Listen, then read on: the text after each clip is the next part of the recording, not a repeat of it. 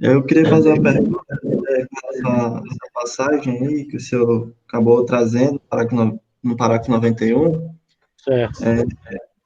se com relação a essa exposição que o Hegel faz, né, Hum. da consciência sensível como esse imediato, né, como esse puro imediato que é certo de si, e que na sua nessa aparição é puramente abstrato, né? Ele está trazendo aí um conceito negativo de abstração, né?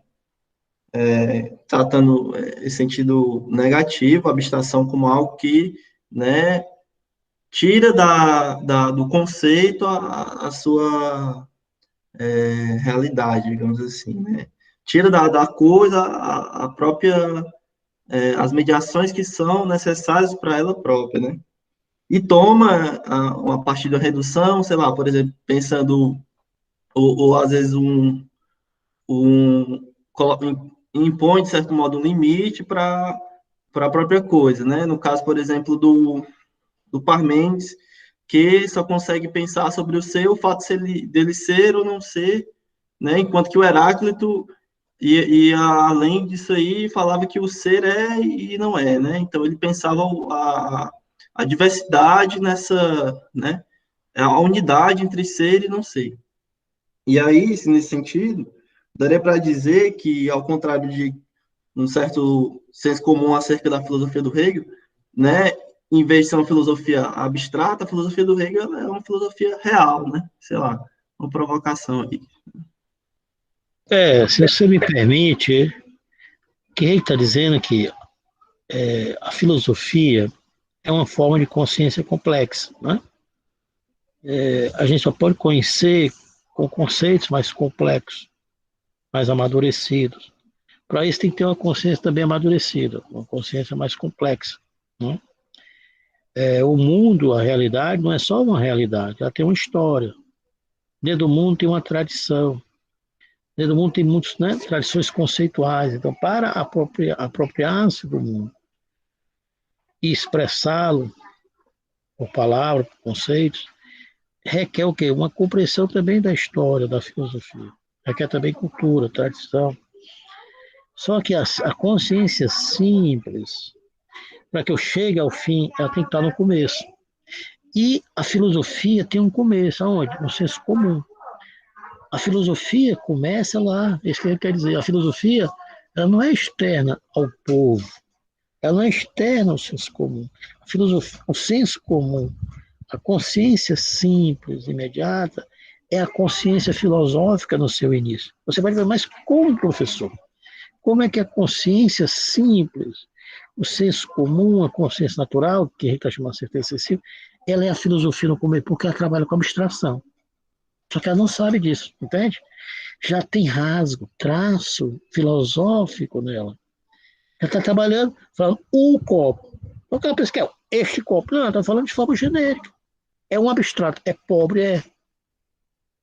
Mas é o começo, porque a filosofia trabalha com abstração. Mas tem graus de abstrações, né? Quando eu estou falando nisso do conceito, é um grau de abstração muito alto, mas esse grau de abstração, pelo fato de ter muitas mediações, na filosofia a gente chama de concreto. É um abstrato concreto. Esse abstrato, o senso comum, é um abstrato pobre. Mas nós não podemos, é isso que ele quer dizer, nós não podemos desprezar.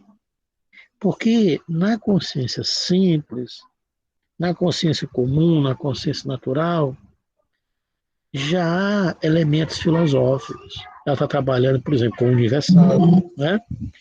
O copo, entende? Ela está trabalhando este livro, falando do livro geral. Ela está trabalhando com traços filosóficos, mediações filosóficas, com abstrações. Só que ela não tem ciência disso, né? O senso comum quer o concreto. O senso comum quer ver, quer pegar, quer tocar. Para ela isso já é rico. E nós que fazemos filosofia, nós somos doidos, né? Nós somos as pessoas lunáticas. E está falando de uma coisa que ela não entende. E que ela acha totalmente desnecessário. Mas ela também está filosofando, entende, o Igor? Tá a um nível de filosofia. Que quer dizer que a filosofia tem um começo. E esse começo pode ser desenvolvido. Esse começo pode ser amadurecido. Como? se nós filósofos, né, formos modestos e também se nós fizermos um esforço de dialogar com o senso comum, um esforço de dialogar com o povo, de dialogar com a consciência natural simples, mostrar que ela está filosofando, né? E que ela tem contradição, mostrar, né, as suas inquietações, para que ela sinta necessidade internamente e adiante. Se é uma necessidade externa, não vai. Ela tem que ser provocada. Ela tem que sentir inquietações, sentir desejo de conhecer as coisas. E ela vai sentir desejo como? Quando ela perceber que ela não está dizendo o que ela está pensando que está dizendo. Quando ela perceber que não está compreendendo o que ela pensa que compreende. Que ela não está captando o que ela pensa que captou. Como é que pode fazer isso? Nós filósofos, nós cientistas, né? Nós intelectuais. Agora, como é que nós fazemos hoje? Ficando externo ao povo, ficando externo ao senso comum, ficando externo, né, às pessoas simples. Como é que o filósofo se comporta? Se comporta de uma forma tal que nem o outro filósofo entende, na verdade. Né? O filósofo fala de um jeito, né, com um jargão filosófico, que nem um cientista ou um outro filósofo entende. E quando a pessoa não entende, pensa que ele é um filósofo. Rapaz, eu não entendi nada, esse cara deve ser culto. Né? Não. O filósofo tem que ser claro, tem que ser inteligível. Uma filosofia que ninguém entende, para qual é a serventia disso? Né? Só que nós mutamos nossa cabeça. Eu, quando eu fazia filosofia, sempre digo isso, quando eu fazia mestrado, eu escrevia um texto, aí eu tirava todas as palavras que eu conhecia e botava todas as palavras que nenhum mortal conhecia. E eu achava que aquilo ali era filosofia, porque ninguém entendia nada.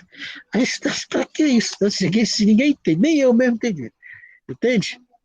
E aí quer dizer que a filosofia tem que ir lá para o senso comum. Porque a filosofia está lá. Lá é o começo dela. Não é porque é uma invenção, não. A pessoa já está trabalhando com a filosofia. Já está trabalhando com conceitos. Né? Entende? Agora, ela precisa internalizar isso, tomar consciência disso. Como? Mostrando a ela, né, que o que ela está pensando em dizer não está dizendo. Mostrar a ela que o que ela pensa que tem, ela não tem. Deixá-la irrequieta, né? Provocá-la. Entende? Dar as mediações para que ela vá adiante. Ela tem que sentir o quê? Provocada. Ela tem que ser tocada. Quando eu sou tocado, né, eu vou atrás. Eu não posso ir atrás de uma música. Você gosta de música clássica? Não. Por que eu não gosto? Sim, alguém me tocou para música clássica? Né? Eu fui sensibilizado para ouvir música clássica? Não. Então, a, a cultura tem que me tocar a ponto de eu sentir necessidade, a ponto de fazer falta e eu ir buscar. Né? O que é o saber? No caso, sentido, né, da sentido etimológico da palavra filosofia. O que é filosofia? Sentido etimológico. Não no sentido hegeliano. Sentido etimológico, filosofia é o quê? É isso que vocês disseram. Né? Filosofia é amor. Sentido etimológico. Né? Filosófos. Filo quer dizer filho, amante. Do Sófos, ou da Sofia, amante. O que é um amante do saber? O que é ser amante? Ama quem busca, quem sente falta. Como é? O povo tem que sentir falta da filosofia, tem que sentir falta da teoria. Como é que eu vou sentir falta? Quando eu percebo que com o que eu tenho eu não dou conta. Como é que a gente busca uma mulher? Como é que a gente busca um homem? Como é que a gente busca o amante ou a amada? Quando ela nos toca, nos faz falta. E a gente que vai buscá-la. E não ter é importante. A sensação que eu não tenho, que eu tenho que buscar cativar sempre, né? Assim, a filosofia tem que cativar, tem que cultivar a necessidade do saber para saber, do saber para conhecer, né? Como? A partir das limitações internas da pessoa. Que essas limitações não dão conta. E fazer com que ela sinta vontade. Né? Se eu quero conhecer e eu não posso, ela vai sentir vontade de ir atrás. Então, aqui certeza sensível, e aí está dizendo, olha, a filosofia já está começando lá. A filosofia não vai chegar no final se ela não estiver no começo. O fim é o começo não amadurecido. O fim é o começo amadurecido. E o começo é o fim não desenvolvido. O senso comum é o começo da filosofia. É a filosofia ainda não amadurecida. A filosofia é o senso comum amadurecido. Quem faz filosofia, né, não começou o filósofo. Né? Você, por mais que você se ache inteligente, por mais que você se ache, né, capacitado, mas você também começou com um saber não acabado, não lapidado, né, não amadurecido. Mas alguém tocou em você, você sentiu o que? Dúvida, Zweifel, né? Você sentiu inquietação. E para quê? Para buscar o objeto, você tem que ter o quê? Outras mediações, outra cultura, outros conceitos. Então, a filosofia tem que tocar o povo, tem que tocar o senso comum, não é? Tem que ir para dentro do senso comum. Para tocar no senso comum, para que ele possa sentir o quê? Necessidade de compreender o mundo. Para compreender o mundo, ele vai ter que ter outros conceitos, né? Outras mediações, vai ter que ir adiante. Tá certo? Então, a certeza sensível tem abstração? Tem. É uma abstração falsa? Não. É um nível de abstração que é pobre, mas ali é a filosofia. Né? A filosofia começa com abstrações. Né? E o senso comum já está filosofando sem saber, embora no nível pobre, né? No nível natural, imediato. Bem, antes para terminar aqui o parágrafo 91, falta só um parágrafo para nós chegar ao 92. Eu vou ler só esse parágrafo e faço os encaminhamentos. Pode ser? Olha, hoje nós lemos o parágrafo 90 e estamos terminando 91. Está vendo como é problemático, né? Eu poderia ler esse texto todinho, que é pequeno, mas não ia ficar nada. Eu poderia fazer uma exposição externa ao texto, mas não ia servir para nada. Filosofia, teoria, não se aprende com pressa. Filosofia não se aprende externo a ela. É o mergulho que a gente tem que fazer na tradição. E isso é lento, é demorado. Né? Por isso que uma vez, professor, eu tenho 20 anos, já sei tudo da filosofia. Então, rapaz, você está, né, nem Zeus, né? Tinha essa pretensão. Você está mais que Zeus, né? Tá certo? Né? É a idade, a maturidade, né? O tempo que a gente filosofa. Demora. Não é que você queira, é porque a filosofia não permite que você vá assim. Né? Ela é lenta. Tá certo? Então, vocês me permitem só terminar. Aí tem 91, aí tem um parágrafo, depois 91 outro. Eu estou 92. Eu vou só ler esse parágrafo. Ó, diz assim. Aí na página, no meu caso, página 75. Antes do parágrafo 92. Ora, tá certo? Ora, os dois termos, sujeito, a consciência e o objeto, né, nada tem a ver com a verdade da certeza sensível. Vejamos, a certeza sensível ela tem um sujeito, mas não é o sujeito que ela pensa que é. E o objeto não é o objeto que ela pensa que é. E tem contradição, porque o sujeito ele é plural. Ele precisa também de um outro sujeito para constatar a verdade dele. Precisa de um nível que vai além da certeza sensível. Eu tenho a certeza sensível, né, que o professor Darwin me deu um livro. Mas se não houver um outro sujeito que constate, outros sujeitos que confirmem, né, que reconheçam essa minha consciência, eu vou ficar o quê? Num nível pobre. Né? O sujeito não é um pensamento, não é como Descartes pensou, isolado, e o outro isolado. Não é um solipsismo, né? Onde eu tenho uma verdade interna. Essa verdade precisa ser o quê? Reconhecida também pelos outros, dentro de uma história, de uma particularidade. O objeto não é um objeto, o copo. Tem mediações, tem um contexto, né? Essas mediações têm que ser aprendidas, têm que ser trabalhadas. Então, diz assim, olha, os dois termos, sujeito, né, consciência e objeto, nada tem a ver com a verdade da certeza sensível, da certeza da consciência sensível. Não é. Por quê? Porque a certeza sensível que é um eu, que é um símbolo, eu não, eu, é um complexo. A consciência não é uma consciência isolada, é uma consciência que precisa de relações com outra consciência. O objeto não é um objeto isolado, ele é um objeto entre outros objetos. Ele é um A, mas o A não pode, como alguém né, falou aí, o A não pode ser um B. O A não pode ser um C, ser um D, sem relações. Eu sou eu, Eduardo.